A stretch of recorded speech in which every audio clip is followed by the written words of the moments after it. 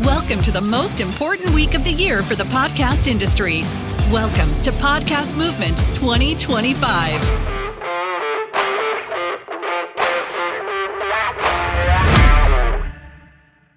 Good afternoon. My name is Annie Harrison. I am a detective in Michigan, Lansing, our capital city, and I specialize in the investigation of cold case sexual assaults. I work on a sexual assault team called the Sexual Assault Kit Initiative. And we are here today because we made a podcast together called Untested, which will be coming out on September 3rd. And it started out as an investigation that we did at USA Today into the problem of untested rape kits. And then in the reporting for that project, I met Annie, and she was amazing and awesome and had a great case that we could turn into a narrative podcast. So that's what we did. And the show was a real insider's view into her investigation into a serial sex offender. And I don't want to spoil it by telling you if she caught him or not, but she's a fabulous detective. And so we just wanted to start with a little video that will kind of summarize the case for you, and then we can talk about the lessons that we learned working together, and also I think for true crime podcasters in particular, but also for everybody, the most exciting part of all of this is that she's going to share the insider detective secrets about the ones that she uses to interview suspects we can use to interview people on our podcast. So quick video, hopefully it works. Kind of black out a little bit, like a defense mechanism, like this is really happening. I told him no and that I didn't want to have sex with him, but we could still be friends. I've never closed my legs and put my quads like together so tight in my life. I was terrified. Because he like wasn't comprehending what I was saying. This is not just a one-off. This is not a misunderstanding. This guy is dangerous. In 2012, a Michigan teenager reported being raped and went to the hospital to have a rape kit done.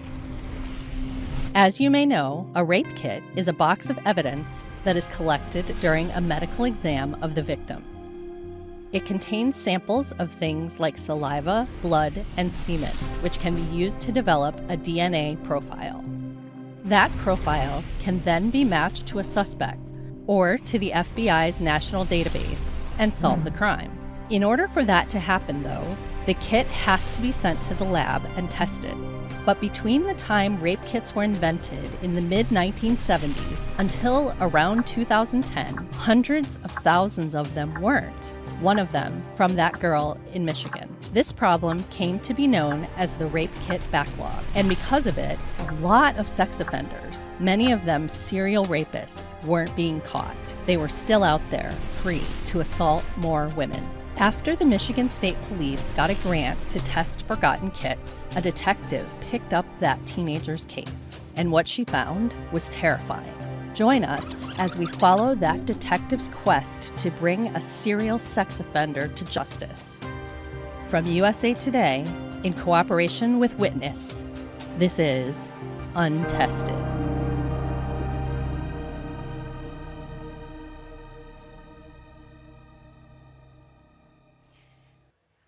Okay, so that tells you a little bit about the story that we were trying to tell through this narrative. And Untested is the second podcast that I've made. I also make a show called Unsolved, which is about unsolved homicides and missing persons cases.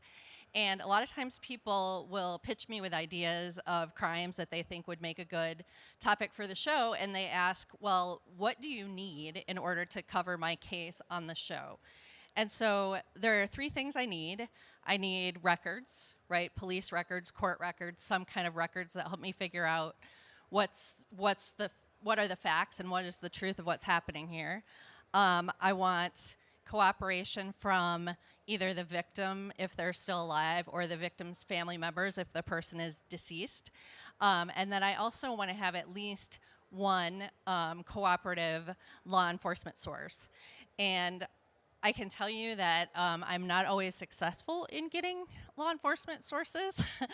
I've had a lot of experiences in the past since I'm an investigative reporter and I focus on law enforcement. Cops are generally not my friends. My favorite story about that was one time I did a project about cops who break the law, and one of them kind of went off the deep end and made a hit list of all the people that he was going to come after and assassinate. And the cop who told me I was on that hit list was another cop who I had written about. And so he was like just gleeful to tell me that I was on his colleague's hit list. So it's really difficult sometimes to gain the trust of law enforcement, but it's really, really essential.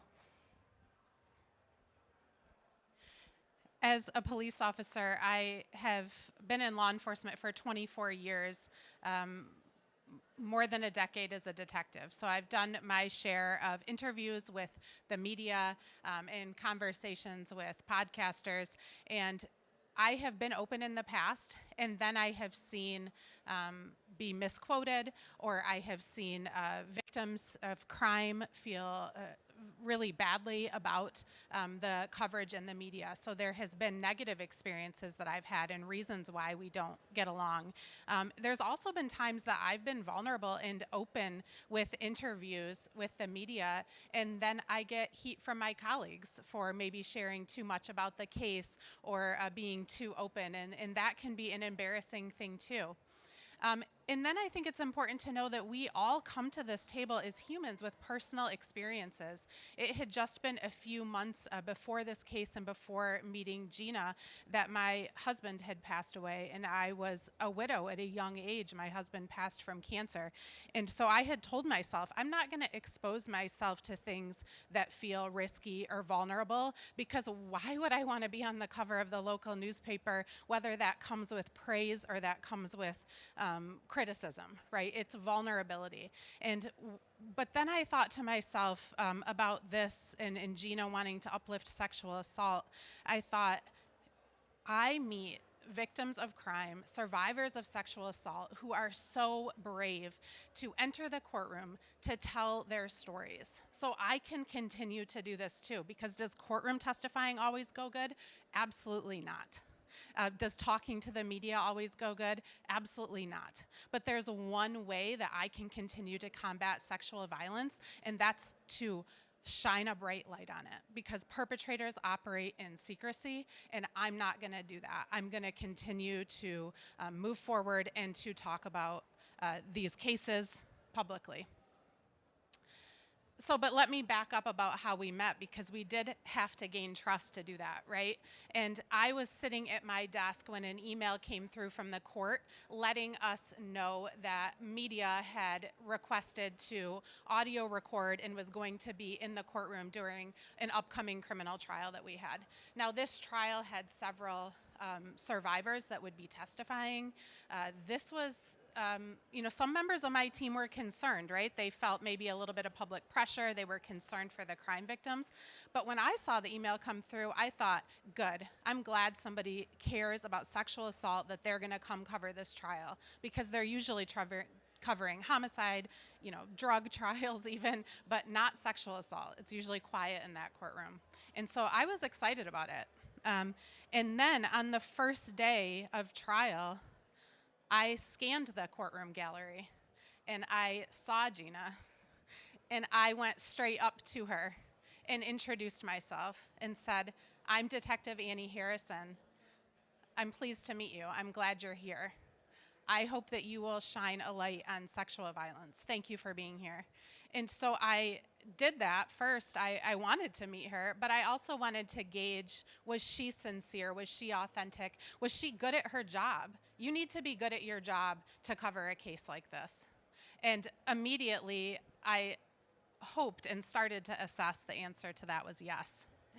And I think that's the first lesson, for anybody who wants to make a show like this, is you have to show up, right? Like, if I would have just called and said, hey, I want to talk to you about your case, can you do an interview? Like, that might not have gone so well because she didn't know me, So I made the trip from Milwaukee to Lansing, Michigan, sitting in the courtroom, and I swear I do not remember her coming up to me and saying, "I'm glad you're here." All I remember is being terrified because she was sitting stone-faced at the prosecutor's table, very focused on her case and what she was going to do and how she was going to put this guy away. And I was like, oh my gosh, she's never going to talk to me.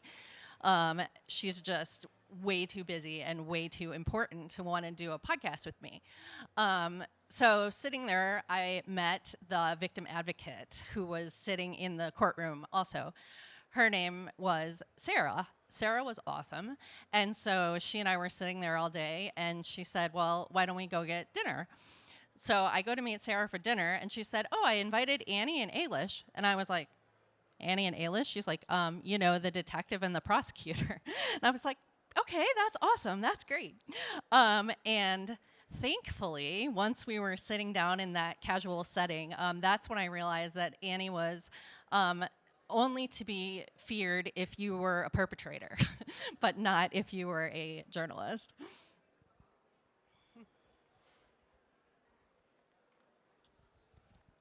So after we sat through that trial for how many weeks? It felt like a lifetime. I think it was about 5 weeks. It went over the Thanksgiving holiday as well, so we had to come back. And so Annie agreed to be interviewed. And when I first started, I did not know I was going to be making a podcast. I thought I was just going to be writing a story. I know that's super old school.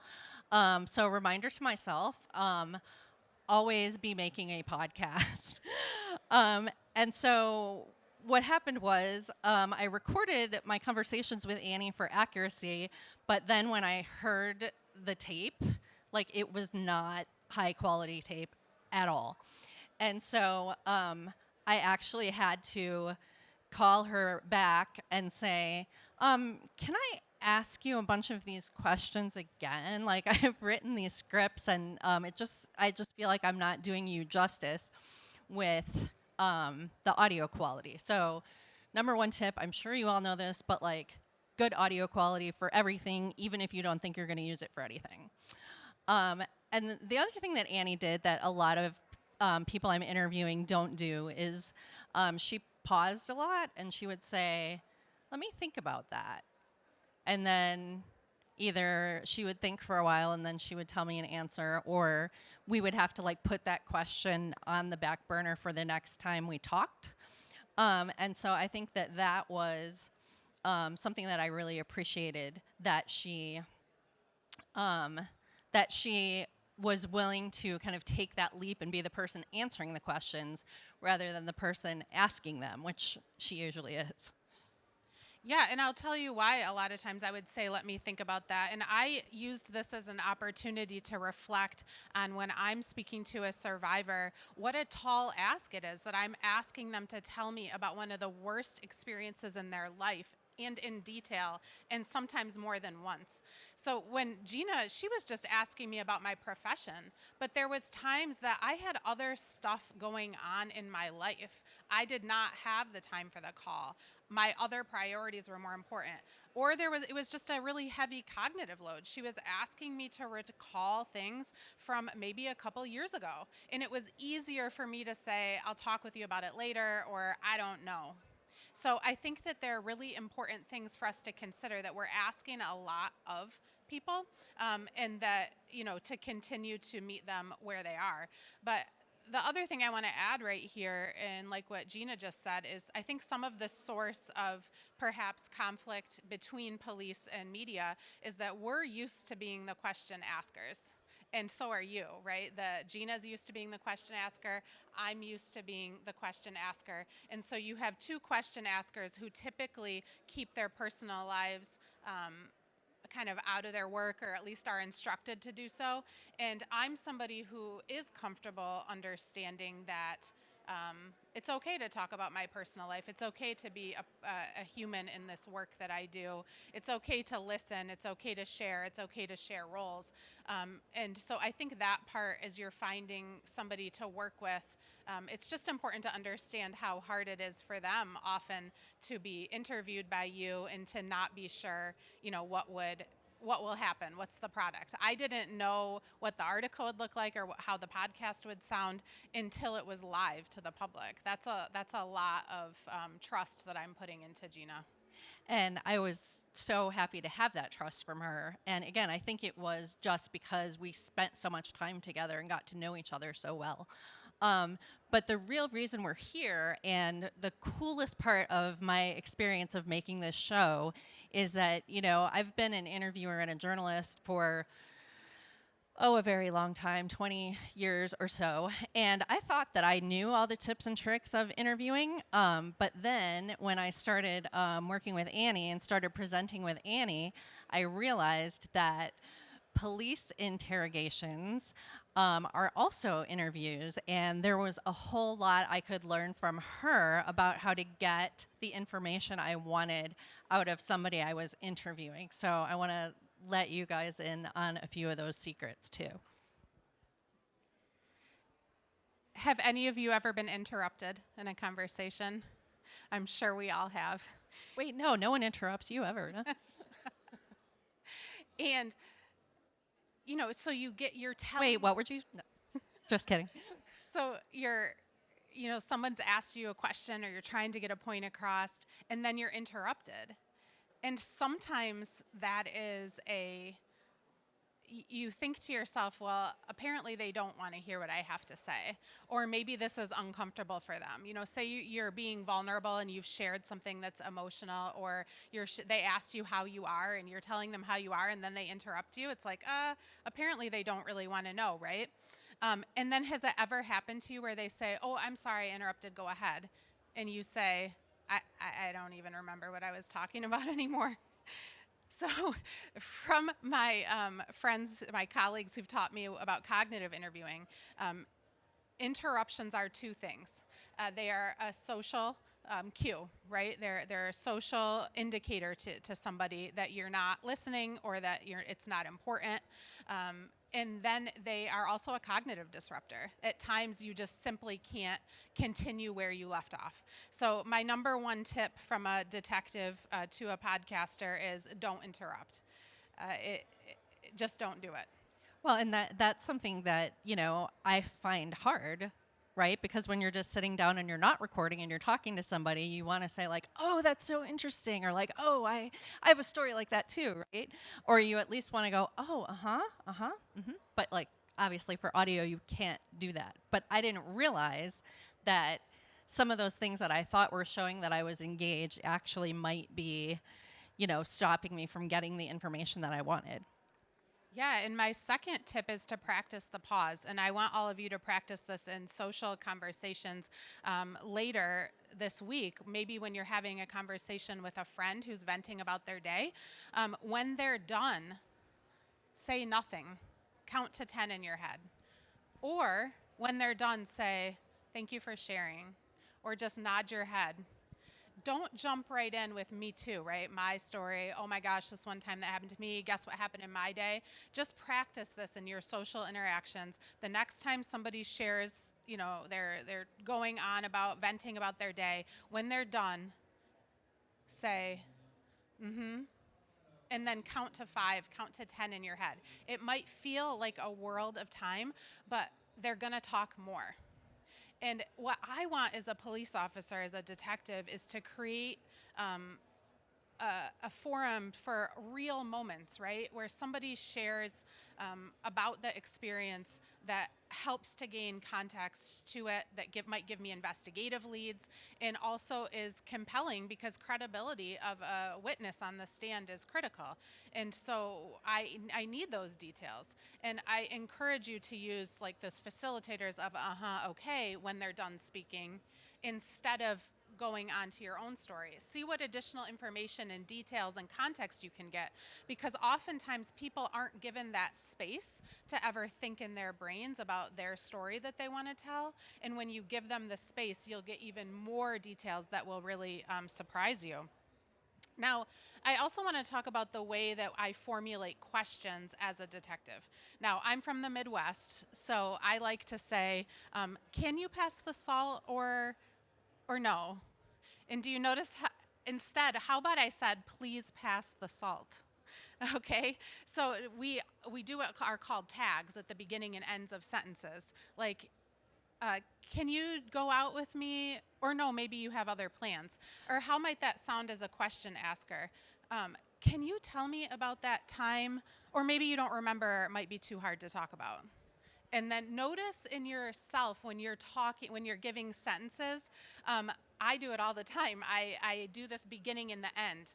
So when I'm in a police interview with a survivor of crime or with an offender or any witness, I focus very tightly on the sentence structure. But mind you too, I'm recorded as well, just like how you are when I'm interviewing people. And of course, when there's transcriptions, I learn really quick to give clear, concise sentences because it's otherwise a little embarrassing. So when I'm talking with somebody in an interview setting, a police interview setting, I'm going to say, tell me what you're able to remember about your experience. Tell me about the car. Tell me more about that. And then I'm going to be quiet and I'm going to listen. And the other thing, I know this has happened to all of you, you smell something and it brings you instantly back to a memory. That's one of our most powerful senses. So how can we use that in your work and in my work? An example from my work, a man had gone to the police station to report sexual abuse that he had experienced as a child. And at the same time, the offender did a counter report saying he'd stolen from him. The police, mind you, this man also came into the station to report his assault when he was on drugs. The police didn't believe him and the case didn't go anywhere. When I talked to him and I said, tell me about smell, he said he was with the offender that day. He continued to work with him later in life, so he still had a relationship with him. And he said, we were standing in his garage, and he came close to me, and he put his hand on my shoulder, and he took his glasses off, and he set them down. And I could smell his cologne. And instantly, it brought me back to being an 8-year-old child when he sexually abused me. And I said to myself, I can't keep this a secret anymore. He said there's other young boys working for him. He drove to the police station. He sat out in the parking lot. He was terrified to go in and not be believed, so he shot up drugs to get the courage to go in. He went in, and the police didn't believe him. That man went on to continue to offend, and I ended up investigating him and reaching out to this man who'd had the courage originally to report but wasn't believed. And when I asked him, tell me about smell, it made so much more sense, right? Why did he choose to report that day? And ultimately, he was able to testify and saw justice in his case, and his offender held accountable. And just because I listened and because I could understand more of the context, right? So you can get the context with questions like that. And finally, about that, I'll share too. Gina had said to me in her details, you know, her editors likes a lot of details, right? She said, can you describe the detective bureau to me? I said, Gina, that was 10 years ago. We've moved buildings. Not today, I can't. And then I did a technique the next day called context reinstatement. It's a cognitive interview technique. And I had said to her even, you need to be quiet. Like, you need to let me, I said, it's gonna take a minute. Okay, so what I did is I did the technique on myself. And the technique is like, it's something, and you can do it to people. You can say, now I'm going to ask you to recall something from the past. I want you to take, every detail is important to me. I want you to take all the time you need. Maybe close your eyes. Maybe look down at the ground. Maybe think to yourself for a minute about that day. I will be quiet and I will listen.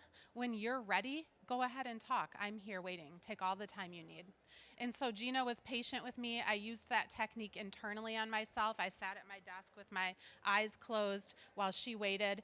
And then I pictured myself walking through the door of the detective bureau. And I told her the way it looked then, who was where, what I saw. And that helped her bring color to her story. So I think these are some techniques you can learn from a detective to your interviews and help you bring more context. Notice how I wanted to interrupt her really badly, but I didn't. No, the thing that occurred to me while you were talking about the can you do this and can you do this, like I still do that like in my regular life as much as I try not to. And I have a 17-year-old son and he always goes, I don't know, can I? So you want to obviously avoid that too. It's also really hard for me as an interviewer, especially when I'm talking about sensitive subjects, when I'm interviewing like victims of survivors of sexual assault. If they aren't talking, I do kind of feel like, oh, maybe I shouldn't have asked that. Like maybe they're uncomfortable, like maybe I'm re-traumatizing them, maybe I'm upsetting them. And so it's really hard to like train yourself to take the cue from them. And so a couple things I want to say about re-interviewing and not interrupting.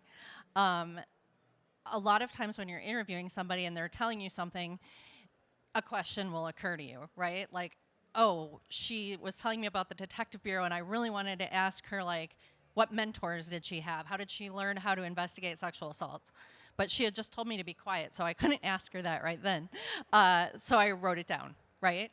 And so then the next time we talked, I could start with all those things that I had written down. So I'm still getting the information I need, but I'm not interrupting and I'm not disrupting her flow. The other thing that happened is I was talking to a survivor named Christina who had been accosted in a shopping mall by this man.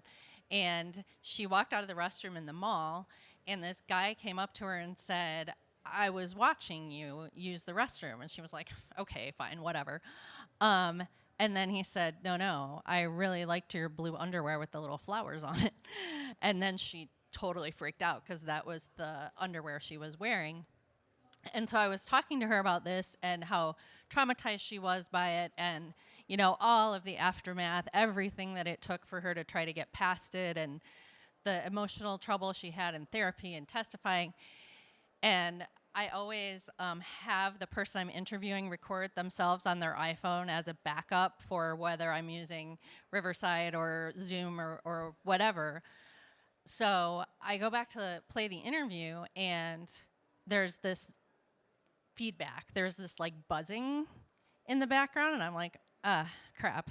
And so I had her send me her recording, and there was that same feedback in the background. And what had happened was she worked for a different law enforcement agency, and it must have been like the radar from the police radio must have like given that feedback in the background. So that was even harder than calling Annie. I had to call Christina and say like, could we possibly do this again? And she was gracious and wonderful and wanted the story out there and agreed to do it again.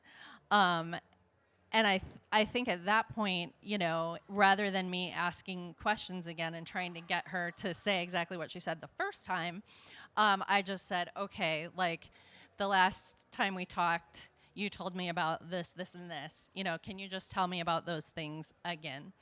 And it worked out really well. And I was just so grateful that she was willing to go through all of that with me again.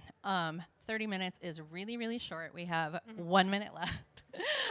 We wanted to have time for questions if anybody had any, or also you could ask us questions like later or tonight while you're at the reception if you're going. But yeah, thank you. I think I would just add in that it didn't bother me at all to be asked again, because as somebody you're interviewing, I want to be understood.